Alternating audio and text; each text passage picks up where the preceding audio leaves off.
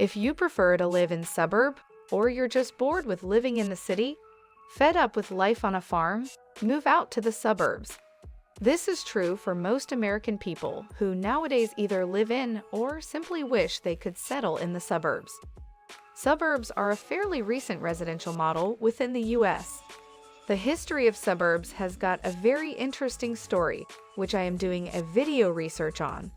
However, right now, we are just checking on the suburbs and how each one is good in terms of statistics. Got it? Good. Let's take a look.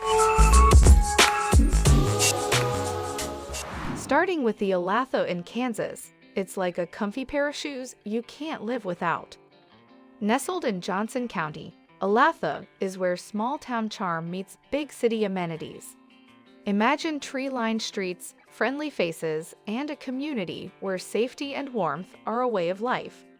You've got all the conveniences of Kansas City just a stone's throw away. There are two things you can count on in Olathe: great barbecue and a solid craft beer scene. If you want to buy a house here, the average home value goes for about $382,000. That might seem like a lot to some people, but this is a decent place to live, and it's under $400,000. That's not bad. The national average for home value right now is $348,000, so Olathe, Kansas is holding its own. Next, we head to Waukesha in Wisconsin. It's one of those places that's got a little something for everyone. Sitting in the heart of Waukesha County, this city is a treasure in the Milwaukee metro area, boasting a crime rate 60% lower than the national average.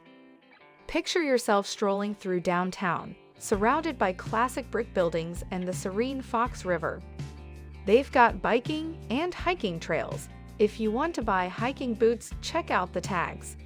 It might not be on everyone's radar, but if you visit, you'll wonder why it's not. They have a quality of life score of 81, and if you're looking to buy a home in this area, the average home value is about $342,000. Heading to Naperville in Illinois, a suburban oasis west of Chicago. It's a town that prides itself on green spaces like the stunning Riverwalk along the DuPage River. That is always an added bonus to any town or city when they have a river that still has fish you can pull out of it. I've watched a lot of people doing fly fishing right here. If you want to buy fishing rods, check out the tags. It's got this charming, friendly vibe that makes you feel right at home, even if you're just passing through. The downtown area is like a picture-perfect postcard with tree-lined streets, cute boutiques, and fantastic restaurants. And yes, you can get some seriously good Chicago-style pizza here. With a quality of life score of 84 and homes averaging $529,000, it's a little pricey, but I think it's worth it. Naperville is a blend of charm and upscale living. Next is Dell Rapids in South Dakota. It's a charming little town that's got a classic Midwestern feel. It's like everybody knows your name. It's a little too far out of town, just 25 minutes down to Sioux Falls. Really, the cities are so small in South Dakota and North Dakota that they don't really have many suburbs. They're lucky enough to have enough land. They don't have to build right on top of each other.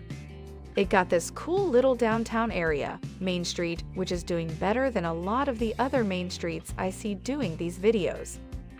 With a quality of life score of 81 and average home values at $342,000. Now, that might seem like a lot to some people, but this is a decent place to live, and it's under $400,000. That's not bad. The national average for home value right now is $348,000. Noblesville in Indiana is our sixth pick. A cozy gem in the Indianapolis metro area, it's known for its historic charm and strong community spirit. It's definitely a good place to live and raise a family. Statistically speaking, The only thing that doesn't get in a grade is their commute. You know, the traffic's a little rough in Indianapolis sometimes, but that's about it. You'll find quaint streets lined with historic buildings, friendly folks who wave and say hello as you pass by.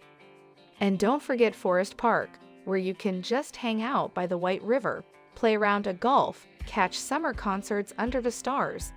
You know, the American dream. With a quality of life score of 85 in homes at $357,000, Noblesville is ideal for families seeking a balance of tranquility and urban convenience. They have a decent job market, and, like I said earlier, their schools are pretty good. I know it's number 6 on this list, but in my personal opinion, I think it's maybe number 2 or 3. Next suburb is Coralville in Iowa, and it seems like the locals dropped the L and call it Coralville. I could be wrong. Let me know in the comment section below. It's one of those Iowa towns that just looks nice and charming, and their stats are outstanding. You've got the Coralville Lake right at your doorstep, which gives you everything from fishing, hiking, picnicking. And you've also got the Iowa River. Coralville is in the Iowa City metro area, just northwest of downtown, and it's also just south of Cedar Rapids. If you wanted to move to Coralville, you're looking at a quality of life score of 87, and their average home value is around $237,000. Nice and cheap, so you know it's just a decent place to live. In the heart of the Cornhusker State lies Waverly in Nebraska.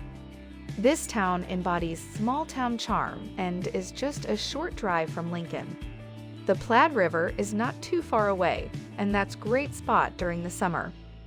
Honestly, I don't think people understand how cold the Midwest can get during winter. You just got to deal with some pretty cold winters occasionally. It's affordable, it's nice, they have next to no crime. If you want to retire and do some fishing, this is a pretty good spot. With a quality of life score of 86 and average home values at $324,000, it's perfect for those seeking an affordable, close-knit community. Next place is Solon. It's in the Cleveland metro area. It's a beautiful Sioux urban gem from Buckeye State, Ohio. Solon got the top spot because it has a nationally ranked school system and areas that are very safe. Like many towns in Ohio, they also have many parks and similar amenities. They have many trees right there on the streets and small forested areas. It's a neighborhood of Cleveland that has 24,070 people living in it. People who live in Solon enjoy a sparse suburban feel, and most of them own their own houses. There are now more than 500 industrial, commercial, retail, and professional companies in the city of Solon.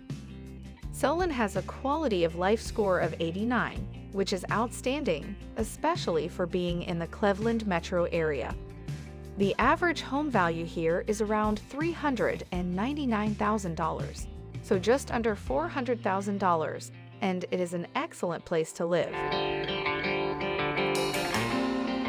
And next suburb on our list is Clawson, Michigan. It's kind of north of Detroit and between Detroit and Pontiac.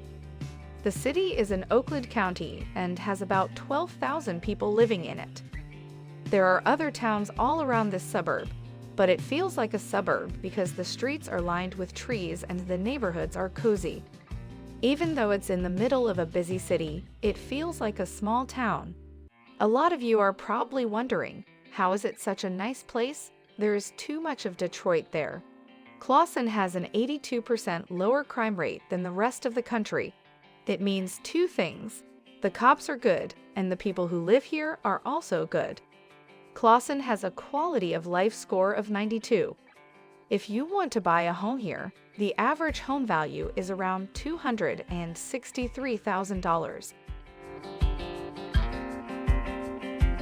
Our first place takes us to the charming Chesterbrook, a gem in the suburbs of Philadelphia. With an overall niche grade of A+ and a population of 5,457, Chesterbrook is known for its family-friendly environment and top-notch public schools. Its roots trace back to a farm owned by the Cassett family, evolving into a vibrant community under the Great Valley Corporation. Perfectly positioned between the Pennsylvania Turnpike and Route 202, Chesterbrook offers excellent connectivity. It's close to Valley Forge National Park. The community is comprised of 29 unique villages, each offering its distinct character and style. Prices vary, catering to a wide range of budgets and lifestyles. The community thrives with amenities like the Chesterbrook Shopping Center and Wilson Park, spanning over 90 acres. Education is a priority, with the area falling under the Tredyffrin Easttown School District. Niche.com named it an excellent school district with great proximity. Current residents adore the diverse communities and endless job opportunities. We have King of Prussia Mall nearby, Philadelphia a short train ride away, and fantastic housing options. If you want to buy a home here, the average home value is around $500,000. Whether you're looking for a condo or a family home, Chesterbrook has it all.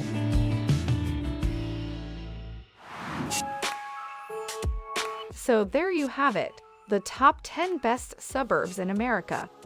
If you enjoyed this video, don't forget to like, subscribe, and hit that notification bell. And if you have any suggestions for other regions or topics you'd like to explore, please let me know in the comments section below. Have a great day, and remember to be nice to each other.